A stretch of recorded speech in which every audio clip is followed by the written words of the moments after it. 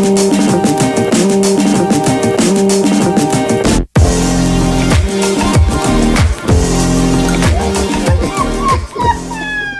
guys, what's happening? It's Saturday.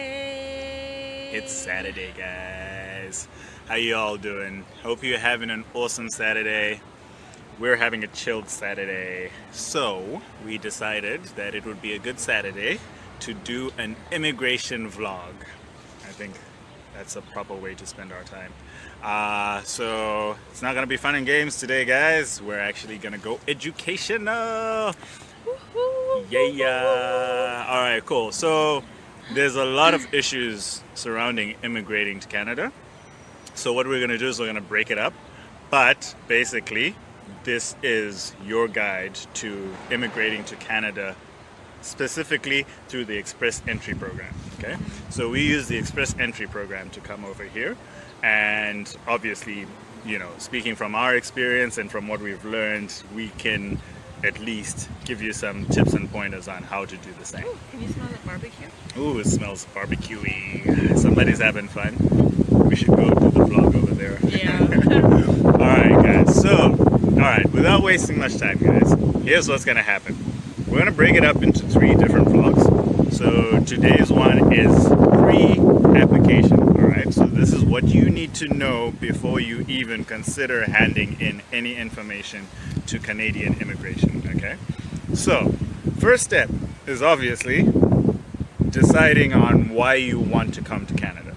Alright, it's not enough to say, you know, it's a first world country, it's this, it's that. I think you need to find more specifics, because people are different, guys. Like, there's always different situations. So what you need to do is do your research along your career lines, along future goals, along temperature, climate, all those kind of things. You want to know which province you're going to be going to. Do you speak French? Can you survive in Quebec, for example? Like, all those things are factors. You need to get into all that. You need to just be real with yourself, okay? And we'll tell you now, after getting here, we've been here 6 months plus. Yeah, but you don't need to be able to speak French. Just No, you depends know, on which no, province. no, you don't need to be able to speak French. It depends on where you want to go. So yeah, but out of the 6 months that we've been here, guys, we love it. But there's also a lot of hard work involved. Like, each country has its own issues. Here is good about other things, bad about other things. So just make sure you have that decision. You do your research. Don't just jump into it, you know, cold, as it were. Okay? The second thing would be, don't worry, we'll edit this out. If you decide that you want to immigrate to Canada, first thing you need to do is check your eligibility.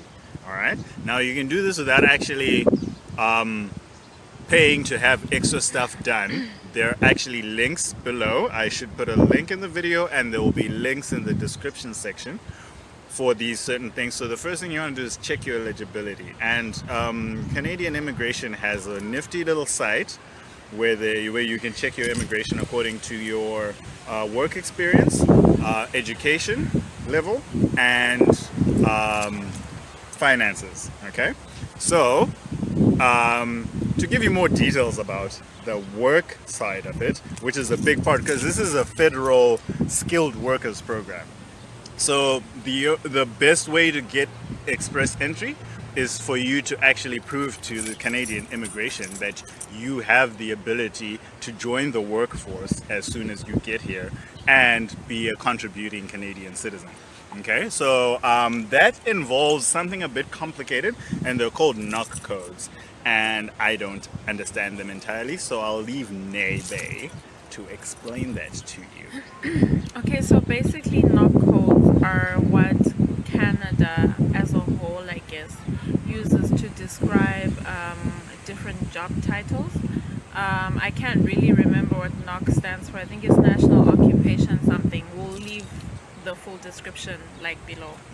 So it's very, very important, guys. In the entire application, there are certain things that the Canadian government uses to dismiss people completely. This is one of the things. So you have to make sure that you get it right. So, for example, you've got your education and you've got your work experience. First of all, to apply for permanent residency, you need at least 1 year of fully paid employment. You can have an internship or whatever, as long as it's paid, it qualifies. If it's not paid, guys, don't even waste your time.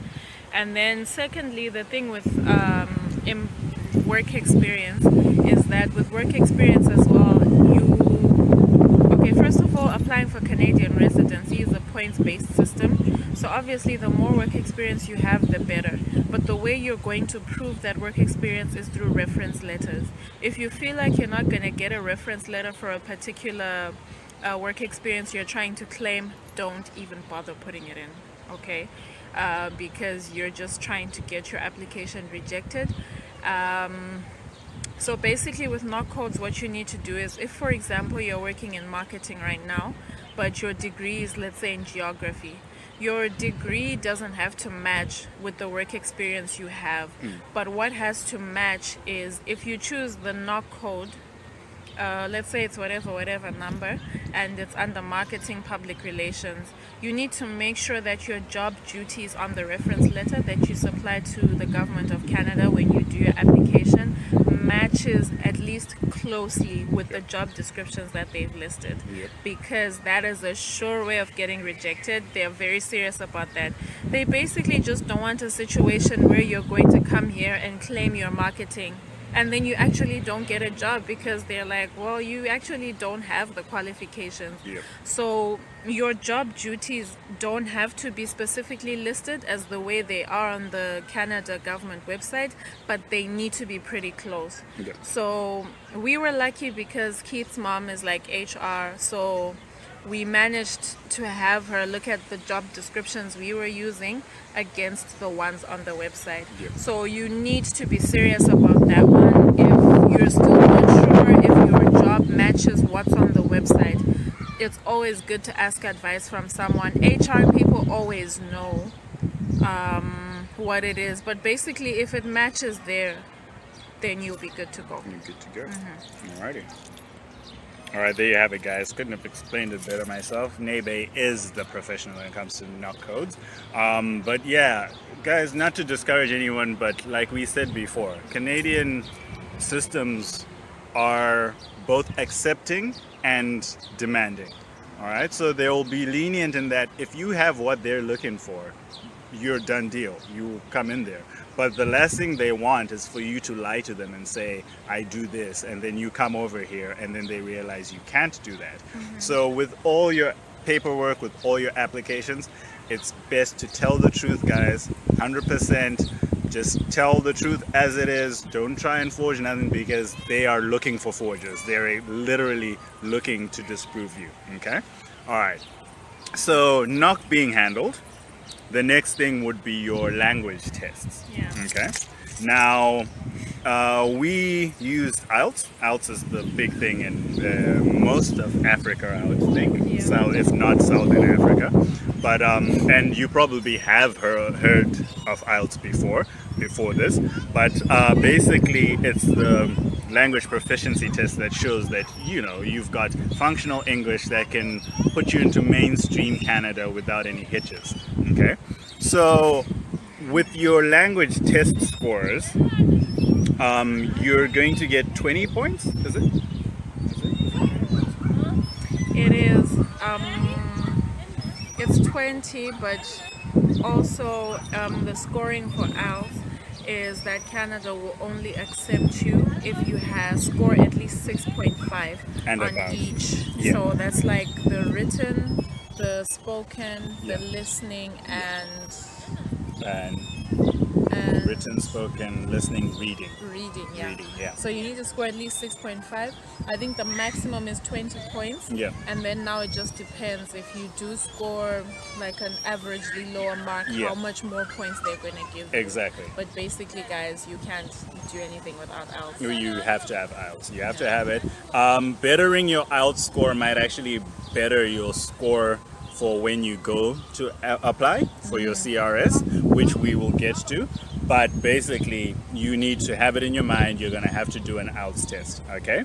You're going to have to show your English proficiency. If you can speak French, that would be a bonus. They love bilingual people here, but it's obviously not a must. It will be a bonus. It's going to work to your advantage, but it's not a must, okay? And it also is important for you to know it doesn't matter if you come from an English-speaking country.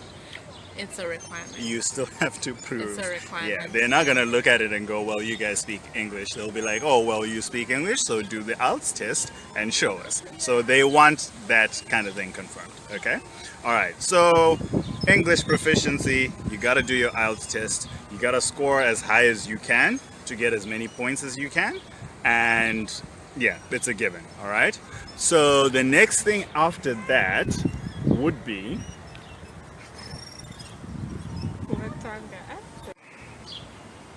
alright guys, so next up is your education accreditation, okay?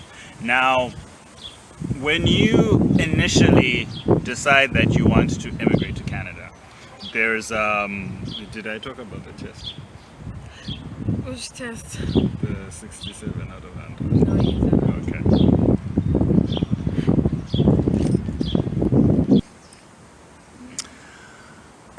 Okay, right, okay, so guys, we've covered work experience and language, all right? The next thing you need is your educational documents, okay? Now, Canada isn't just going to take your education for face value. Even if you have literally physical degrees and all that, they want to see that what you have been awarded as a degree also carries the same weight here in Canada. So how they do that is they do an accreditation process where you send them your documents, you send them your degrees and anything you have that you want to use as your education to come here. Like soccer. Like what? You know, soccer from South Africa. Oh, okay. Yeah. Yeah. SAKA. If you've ever been to SA or ever wanted to, you probably know about soccer. If you ever wanted to learn in South Africa, soccer is basically the same thing that Keith is talking about. Okay. There you go. I don't know about it, but obviously I'm sure y'all do. Okay.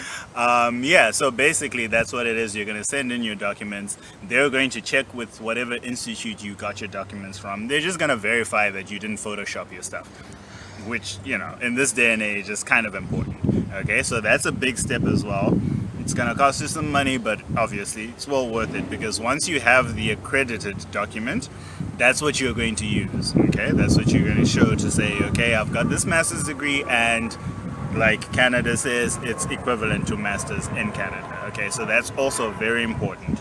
All right, and then the last thing, this technically you don't have to have when you apply, at the moment that you apply for, that you go into the pool, but at some point, sooner rather than later, you're going to want to get your finances in check, because proof of funds is ginormous, guys. And I use the word ginormous because there's no other way to say it. It is huge. Basically, Canada wants to know that when you arrive here, for the first 6 months, if you do not have a job, you can support yourself and not go on welfare, hence becoming a burden on taxpayers that have already been here, if you get the drift, okay? So you don't want to rock up to a country and then immediately start claiming for things that are paid by the taxpayers of that country, because it's like somebody else has been paying tax for 20 years continuous, you know? So basically they want to know that you can take care of yourself and any of your dependents for a certain period of time, which they put their value at 6 months. All right, so on their website they're actually gonna have all the denominations. Okay, if you're coming alone, we need you to have this much money. If it's two of you, this much money, and so on, and we'll put those links in the description section as well. But proof of funds, there's no jumping it, guys, and I know this is gonna be big for our family in Zim, anyone who's applying from Zim, because we literally did it when we had that split chance where, because basically it's Canadian dollars or the equivalent. So they're going to take a US equivalent or something like that. You need to have, for two people, what does it pay? 15,000 Canadian dollars?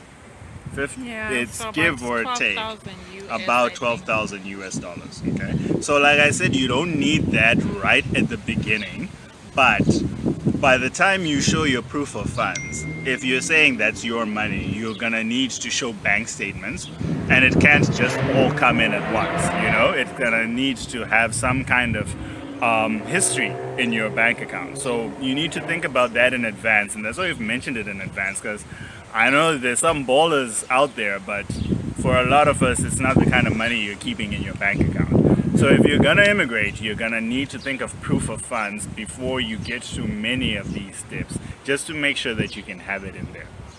Yeah, and I think proof of funds is that other thing I was talking about, that the government has those things where they see instant rejection. Proof of funds is one of those. Yep. I mean, look, guys, when you try to immigrate overseas, don't automatically think that someone who moves overseas has money. No. That's the wrong perception, and that's why some people are still stuck in the same place because they're scared. We literally took that step. We also didn't know how we were going to do it, but the government is telling you what they need from you, so you just need to make that happen at that time. Yep. So just make sure, even if it means calling out your friends or your family to help you Get out, the guys. money. Honestly, it's worth it if this is what you want. And to be honest, those funds are not even a portion of what you'd really need to be comfortable here. Yeah. But I mean, are we looking for comfort, or you're gonna come here and start applying for work as well? Yeah. So I mean, you do need some funds to come here because you're gonna need accommodation. Because I mean, coming to Canada, it's not only about knowing people. You don't have to know anyone. The government doesn't even care if you've been here or not. And even if you know people, you also don't want to burden people. So just have that little extra money to be Yep. able to have accommodation until you can find a job. But yeah, proof of funds is a big thing, and you need to follow the steps of what they need. I'm not sure if we're doing that in this video, because yeah, providing proof of funds is something you'll need to know. And when you're now applying, you guys will probably want to know step by step, okay, what is really required, because even if you have the funds there, sometimes just providing that document to say it's there is not enough for the government. So those are other steps that you need to make sure you follow thoroughly, or else it's like an instant rejection. Yep. Nebe nailed it. Anyways. Alright guys, so what we've mentioned are the core things that you need before you decide to, go full out, right? So how Canadian immigration has made this easier for you is they've put this tool, easy tool that you can use literally now without any of the stuff that we've spoken about. You can at least go on the Canadian website, link is below, and this is the eligibility tool. And what it's going to do is going to tell you whether it's going to ask you a few questions about your work history, about your education, financial situation, etc. And it's going to give you an answer on whether you're eligible to apply under express entry or not. All right? If this tool says that you are eligible to apply, then congratulations, you are basically almost there. The biggest help is from the Canadian forum, guys. The forum has everything. We're gonna put that link as number one because basically that's what we use to get here. Yeah. We didn't have any external information. The agent told us it would cost us $2,500 US to enlist his services, which probably we ended up using for accommodation and stuff. That money comes in handy, so you don't want to just hand someone money for them to just say, oh, your application was refused. It's always good to do your own stuff. Yeah. Yes, babe?